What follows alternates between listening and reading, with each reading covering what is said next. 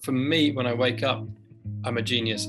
Everything I do is perfect, and I will never write a bad sentence. And then by about lunchtime, I have an accurate picture of my own talent. And then by mid-afternoon, about now, in fact, everything I write is useless, and I will never write anything worth publishing. Hi everyone, welcome to Chalchitra Talks. मेरा नाम वाणी है and this is a very special guest episode. 2021 में चलचित्र talks पर हमने a book a month with Vani start किया था, जिसमें हमारा प्लान था कि each month we'll pick up a new book and we'll read it together as a community. We kicked it off with one really special book, Submarine. And इस episode में हमारे साथ जो डंथर्न है. He also joined the A Book a Month discussion back in 2021, which was very special. But we finally sat together for an extensive discussion. We discussed his favorite books, his writing techniques, which are very interesting. And we also discussed a lot of writers, music, and so on. He's a very interesting writer, and I personally love his works. So I hope you enjoy it, and I will just jump right into the video.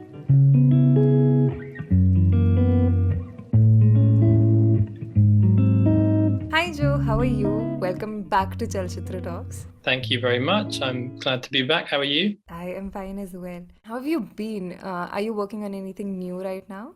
Yeah, I'm halfway through a new book, which is a bit of a departure for me. It's a non-fiction book. It's a memoir about my grandmother. I think I read an excerpt on your website. You had shared a Right. link that you had published on the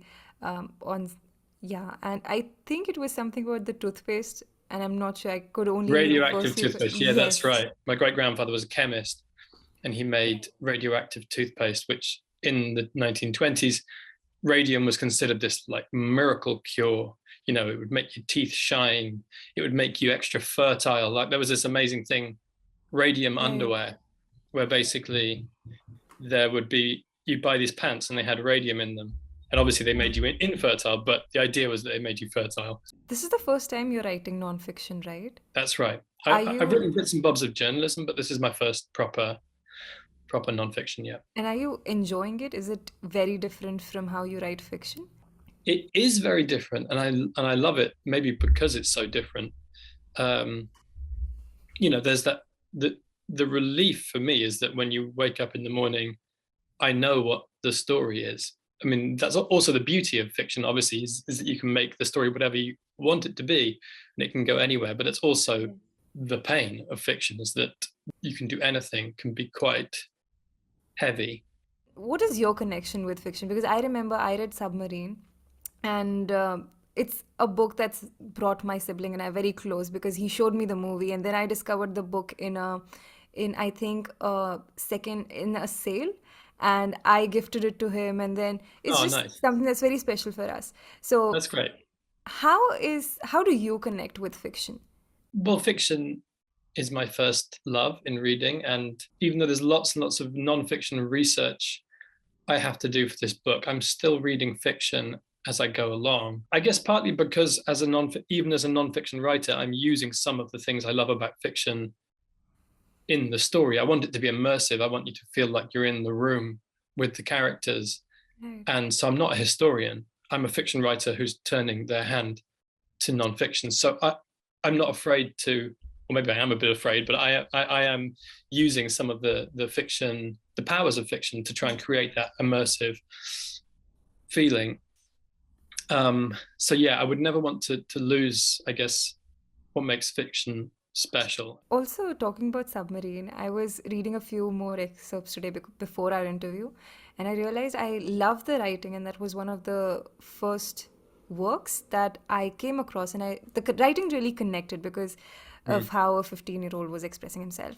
What have been the influences in your writing? Well, coming back to Submarine, the writer who I read, and the way you talked about Submarine, I think this is how I felt about Kurt Vonnegut when I first read him. It was probably Slaughterhouse-Five. And, you know, he uses quite short sentences. I'm sure he uses clever words, but a lot of his language has that childlike pleasure. You know, he's a bit silly. It felt so fresh to me, and I hadn't really read any books that communicated that kind of joyfulness in their language. So I was reading Mary Oliver's handbook on poetry, and it says that you have to go on regular dates with pen and paper. Set regular time. So sit at 6 a.m. every day, for example. Set a time every day and show up. And Right. that's when you can expect writing to actually happen. So do you believe in that, or do you believe in, okay, write only when inspiration strikes? You know, life gets in the way, and people have other things they have to do. But even if it's not, I mean, every day is obviously the ideal, and I try to do my work every day. Now I've got kids, it's a little bit more tricky, but I'm there at the as soon as my son has gone to school, I'm at my desk, put it that way. I remember when I started writing, I wasn't doing it every day, but I would make time each week. My thing was that I had a good friend who was also a writer. Well, we both wanted to be writers. And we made, I think, at least a weekly meeting where we'd go to the park together with our notebooks and we'd write a poem. We'd find something in the park or something in one of the books we were reading that would inspire us, and that would be the title of the poem. We'd spend 20 minutes sitting at a park bench writing a poem. And I still do that with him. We do it, well, at least once a month now on Zoom normally. And that's been going for, God, 20 years. I guess we've written hundreds of poems like that. And those sorts of habits, I mean, it's not a habit, I just love it. I want to do it. But, you know, it has become a habit. And if you can find something like that, find something that really brings you pleasure, then it's not hard to keep doing it. Do you also have any other constants when it comes to writing? Like you go out with a friend, at least you sit with your friend at least once a week and write poetry. Are there any other constants also that you've maintained over the years? Well, I guess note-taking is the other thing. It's now migrated to my iPhone as opposed to in a notebook. Every day, maybe a couple of times a day, I notice something. I write it down. Maybe it's an image. What did I notice today? Today was, you know, when you're in the house of someone who has children or young children, because the toilet roll in the bathroom will have been rolled back onto the toilet. They'll have pulled it off. And then the adult will have had to stand there and roll it back on, but you'll be able to tell that it's no longer in its perfect form. And I thought I could imagine a character going to someone's house and understanding that they had children without having met the children, simply by seeing the toilet roll. Anyway, so that sort of thing, you know, it doesn't have to be great insight. Do you also believe that, okay, this is something I struggle with. So I do not write for people, of course. I write for myself, and I've been trying to actively write journals. And I think I've been trying to get away with what Mary Oliver says, that go on dates every day with your pen and paper by writing journals. Do you think journals are also a way of writing, or can help you practice writing? Yeah, 100%. Yeah, totally. There's a really cool novel, I guess you could call it a novel, being published right now by Sheila Heti. It's basically, I'm paraphrasing, 10 years of her journals. She wrote a journal every day for 10 years. And then she took all the sentences from the journal and she put them into, I think, an Excel spreadsheet in alphabetical order. So that's you no longer have any sense of like what thing happened on what day. So it turns it into a poem. It's this really beautiful, poetic, you know, you get a sense of her life, but it's not about a story. It's about who we are. It's really powerful stuff. Anyway, it's on the New York Times website right now. And are there also any, how do you go around selecting books that you want to read? For example, I usually, when I'm buying books, I look at the covers, which is, I think a lot of people do that. I particularly look at dedications because they are something that interest me a lot. I look at the covers. I look at the acknowledgements too. I like to read the acknowledgements because that's the one place where the author is speaking like explicitly in their own voice. Right. You know, it's not the character's voice. I find them quite revealing. It's often when the writer is least on their guard. So I always find it quite interesting. You know, they're thanking their agent, they're thanking their girlfriend or boyfriend.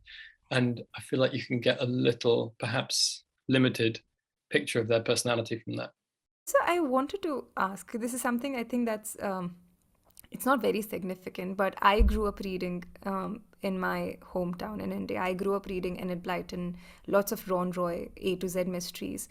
What did you grow up reading? The stories I remember as being, I guess, the first time I really felt invested in stories. I wasn't a very prolific reader as a kid, but my sister, she brought me home some comics. They were Judge Dredd 2000 AD comics. And she'd moved to London, my older sister. She'd moved to London where the cool things were.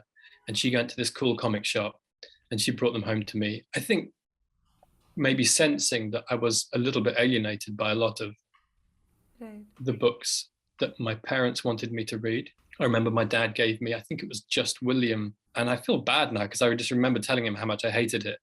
And I probably broke his heart a little bit. But yeah, I didn't really click with a lot of the books my mum and dad gave to me. But anyway, Judge Dredd, it was amazing. You know, it was violent and silly. And it's all about, he's a, maverick cop in the future going around doling out rough justice. But I just loved it. And are there also any books that you've preserved for your kids that you hope that they'll one day read and pick up and read? Yeah, there are. Now we're reading together lots of great kids' books. And I remember, as you read them to your kids, you remember that you loved them. Like Baba the Elephant, I'm really into.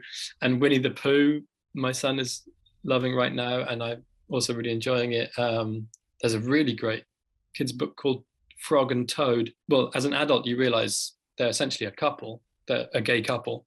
But that's not explicit. As a kid, they're just a frog and a toad, but they're a really sweet couple who go on the most gentle but funny adventures. How do you build the worlds in your novel also? How do you build your characters in your works? Do you, especially when sometimes we're prejudiced against a few things that we do not want in our characters, etc. But it's kind of important for the character arc. Do you mean that sometimes a character has qualities that you don't like? And that it's uncomfortable to write them? Something on that line, but more so like sometimes you do not want a particular character to go a certain way, but it is, if you look from the other person's perspective, it will actually help the novel, but you're just fighting this constraint because you don't really want it to work out that way. I think you're getting at what seems to me a really central challenge of fiction, is that once the story train leaves the station, you're not in total control of where it's going. You think you are, you'd like to believe you are, but if your characters are in any way, I don't want to say sentient, but if they are alive in any way, then at some point they will take the narrative where they want it to go. And that may not be totally where you want it. And have there also been times when you have been creatively stuck? And how do you get out of it?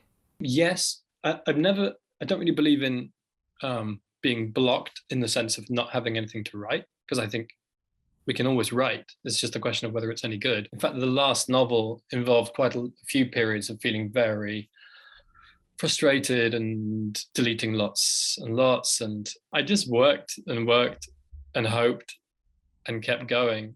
Does this ever give way to any imposter syndrome of sorts, where you just feel like, oh, my writing is not good? I think that happens almost daily, to be honest. Like for me, when I wake up, I'm a genius. I'm just, everything I do is perfect and I will never write a bad sentence. And then by about lunchtime, I have an accurate picture of my own talent. And then by mid-afternoon, about now, in fact, everything I write is useless and I will never write anything worth publishing. What do you like the most about being a writer? I think going back to what we talked about, writing poems with my friend John, I think the burst of pleasure and surprise I get when I write a poem with my friend John or even on my own, that for me is the most consistent source of happiness maybe in my whole life. Like it's just a reliable place for me if I want to feel good. Do you also have any favorite poets? Who have I been reading recently? Well, Ilya Kaminsky's on my mind at the moment because he's a Ukrainian poet, fantastic Ukrainian poet. His book, The Deaf Republic, I can't think of a book I've liked more in the last several years. Frances Leviston, one of my favorite UK poets. She's got 2 collections. And are there also any books that you have been reading currently that have really stayed with you? Well, funnily enough, Frances Leviston just wrote a book of short stories as well, which I loved, called A Voice in My Ear. That was one of the best books of short stories I've read in a while. I'm reading a novel I'm really enjoying at the moment called My Phantoms by Gwendoline Riley. It's a real character piece. Like, it's funny. It's about a dysfunctional family. They're just so full of life, these characters. And talk about characters who dominate the story. You know, there's not a lot of narrative in this book, but you just feel the family. What's your relationship with social media? What's your favorite social media app? I'm really only active on Twitter. Okay. I do now have a Instagram account. Very reluctantly, I've got an Instagram. So please, I have almost no followers. If anyone wants to be my friend on Instagram. What's your Insta handle called? Is Joe_Dunthorne. But I've got one photo. I've got one photo of the sky, and that's it. So I don't know what to do on Instagram. I got my account and I was like, I don't want to show my own face. I don't want to show my children's faces.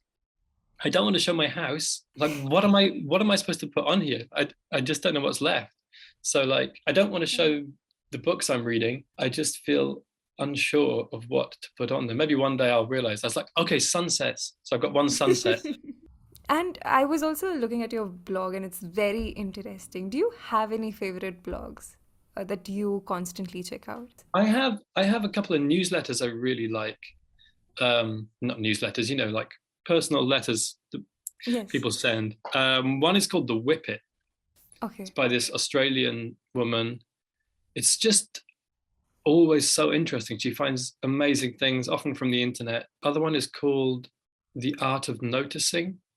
It's another letter that's all about paying attention to your immediate surroundings. You know, it's about, especially during lockdown, it was about how can we find wonder in a domestic setting? How can we refresh our understanding of the street we've seen 1,000 times and we're totally bored of? And it gives you good ways to look at the world with new eyes. Do you also have any favorite podcasts? Well, I was thinking about this. A podcast I really like, it's a few years old now, but it's called The Ballad of Billy Balls, which is quite, it makes it sound sillier than it is. It's a really interesting podcast set in New York punk scene in the 70s about these 2 people who fall in love, and they're both chaotic personalities. And yeah, it's really interesting. So what kind of podcast do you usually consume? Are they related to history or music? I really like a true crime podcast. This Ballad of Billy Balls is kind of a true crime thing. I also love Serial, and I loved S-Town and all that sort of stuff. There's a new one in the UK at the moment, The Trojan Horse Affair, which is another true crime thing. Are there also any movies that you really would like to recommend to the people who watch? Yes, I have one very important recommendation which everyone must watch. I think it's the best film I've seen in so long.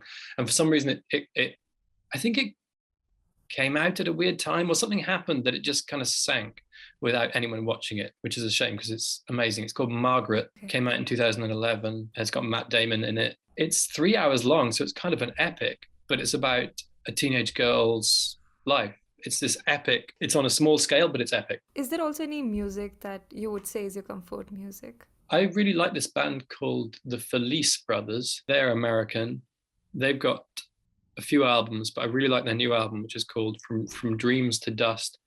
And it's kind of indie country, sort of twangy, twangy music, but with beautiful, really good lyrics. Okay, there are 2 questions actually. What was the best advice that you've received in terms of writing, and the worst advice as well when it comes to writing?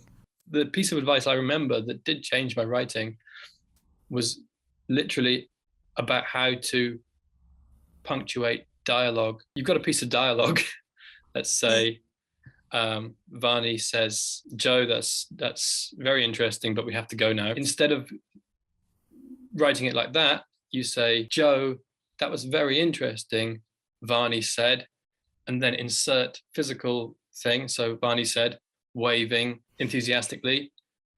but we have to go now. So basically you just insert a physical thing that your character does in the middle of a piece of dialogue. And suddenly, rather than a character speaking and then a bit later waving, they are speaking and waving like we do in real life. And I remember when I got told that, I was like, that's a revelation. All this time, my characters have been so wooden. And now they're moving like real people. So there's this woman, Maria Popova, and I really like her blog. It used to be called Brain Pickings, but now Brain I think pickers. Yeah, I remember that one. Yeah, it's good. It's yes, great. she talks about building pockets of stillness that you can go back to every Mm, time or anytime you feel overwhelmed or conscious or anxious. So do mm. you have those pockets of stillness in your life? It's not still, but football. I play football once a week, and it's not about stillness, but it's about that voice that's in your head, be it critical or self-aware, disappears for the period of time that you're running around, and Right. that's a relief. I was also going through because I really, really liked your blog. And there was this particular thing that you've written about. I can't remember the particular name, but it's about cats and dogs, and you've collaborated with another Oh, yeah, poet. nice. Yeah.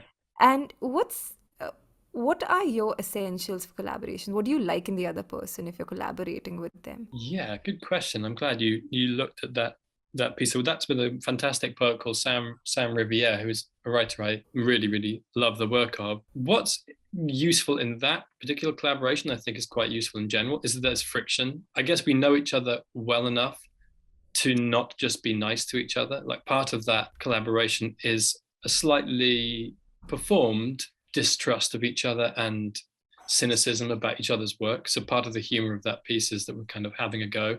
It was written not long after Submarine came out, so he's characterizing me as kind of like arrogant, fame obsessed. You know that, and I like that. That I think you need to be comfortable with the person you're collaborating with, so that you can have fun with it and maybe take it to a darker place or whatever. Because I think if you're very if you feel like you don't know the person, it's hard to be honest and hard to have fun. What are the things, when people read your writings, what are the things that you'd like them to see? Well, you know that phrase, kill your darlings. This is that creative writing phrase where they say the thing that you're most proud of is probably the thing you should cut. Because that line that you love in the middle of the story, but like, oh, it's this beautiful image, I hope everyone notices how beautiful it is probably everyone else notices it because it's you showing off. So there's an argument that the thing you're most proud of is often the worst thing in your writing. But anyway, I mean, I love an image, a poetic image, a simile. And has there ever been any time been a time where you had to kill off certain parts of your writing and it really broke your heart? Yeah, all the time. Yeah, and I feel like you're on it's a bit like a breakup in that a part of you thinks this isn't working, but I love it, let's keep trying. And so you keep going for a bit and you keep it in there, and then a month later you come back to it and you think, oh, it's still not working, but I can't bring myself to cut this yet.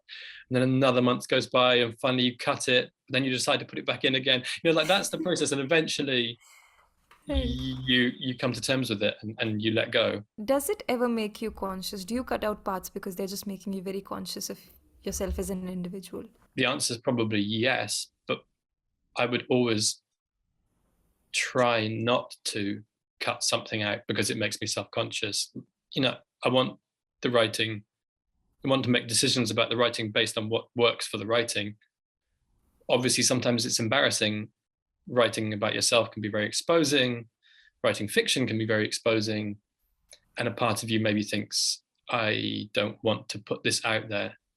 But I try to silence that voice and just do what's right for the writing. How do you realize that, okay, this is the final draft of this work? It doesn't need any more iterations or additions. I think there's never a point when it's going to be perfect, particularly fiction. You know, a novel is so long, it's never going to be. I've never written anything where I finished it, I'm like, there's nothing wrong with this, it's perfect. Like that will never happen. But there is a point, I think, when you realize you've given all you can give to the work. So yeah, I don't know. It's a funny one deciding when something's finished, because they're never really finished. But there's a point when you think, enough. So, out of all the works that you've published until now, what are your favorite pieces that you think were somewhat not complete, but like somewhat closer to you being satisfied of everything that Yeah, you put in there? I think for me, my last novel was the thing. I don't. It's certainly not perfect like everything else in the world. But it's called The Adulterants, and it was a novel that I felt I consciously wanted to try and bring together the things that I felt were good about Submarine and that I felt were good about Wild Abandon, and try and do it all together at once. Is there something in particular that you've gotten better at now?